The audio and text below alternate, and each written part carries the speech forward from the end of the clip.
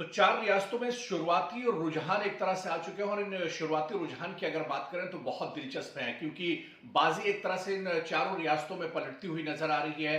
तेलंगाना की बात करें जहां पर पिछले 10 सालों से टीआरएस यानी बीआरएस एक तरह से सरकार में थी, अब बीआरएस की सरकार शुरुआती रुझान में एक तरह से जाती हुई दिख रही है। और तेलंगाना से सबसे बड़ा इस वक्त का जो अपडेट है वो यही है कि कांग्रेस यहां पर सरकार बनाती एक तरह से दिख रही है या सरकार में आती हुई दिख रही है। लेकिन अभी ये ट्रेंड्स हैं, अभी ये रुझान है, अभी ये नतीजों में बदलेंगे।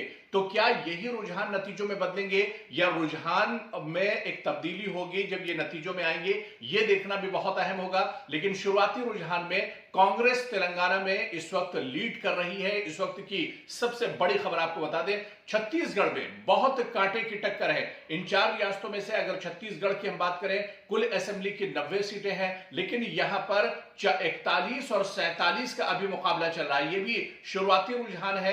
क्या नतीजे आते आते कांग्रेस की किस्मत बदलेगी या बीजेपी यहां पर कांग्रेस से आगे निकल जाएगी? क्योंकि जब शुरुआती रुझान आए थे उस वक्त हम देख रहे थे कि कांग्रेस आगे चल रही थी और बीजेपी पीछे चल रही थी। लेकिन इस वक्त छत्तीसगढ़ में बीजेपी एक बार फिर से आगे निकल गई है कांग्रेस से। तो अब देखना बहुत अहम होगा। सबसे जो करीबी मुकाबला एक तरह से इन चारों रियासतों में देखा जा रहा है वो छत्तीसगढ़ का है। तो क्या छत्तीसगढ़ में तस्वीर नतीजों में बदलेगी या जो रुझान आ रहे हैं, जो ट्रेंड्स आ रहे हैं, यही नतीजे भी आएंगे? ये देखना भी बहुत अहम होगा। इसके अलावा अगर राजस्थान की बात करते हैं तो यहां पर असेंबली की कुल 199 सीटें हैं और 199 सीटों में शुरुआती रुझान में 100+ इस वक्त बीजेपी चल रही है और 90 के करीब कांग्रेस की सीटें रुझान में आ रही, ट्रेंड्स में आ रही। अभी ये नतीजे नहीं है।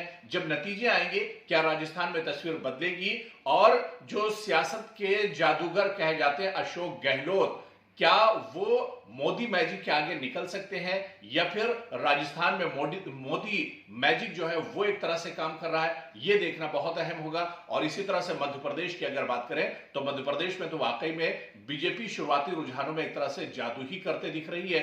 जहां पर कुल 230 सीटों में, राजस्थान में क्योंकि असेंबली की 230 सीटें हैं और 230 सीटों में एक तरह से बहुमत के जो आंकड़े हैं, अक्सरियत के जो आंकड़े हैं, वो एक तरह से छू रही है बीजेपी। और इस वक्त की अगर हम आपको अपडेट दे दें तो तकरीबन 150 सीटों पर इस वक्त लीड कर रही है बीजेपी और तकरीबन 80 सीटों के आसपास कांग्रेस लीड कर रही है। लेकिन क्योंकि ये रुझान है, ट्रेंड्स हैं, क्या नतीजों में यही बदलते हैं या फिर नतीजे कुछ बदल जाएंगे? आप ये तमाम अपडेट्स जानने के लिए बने रहिए न्यूज़ 18 उर्दू के यूट्यूब चैनल के साथ।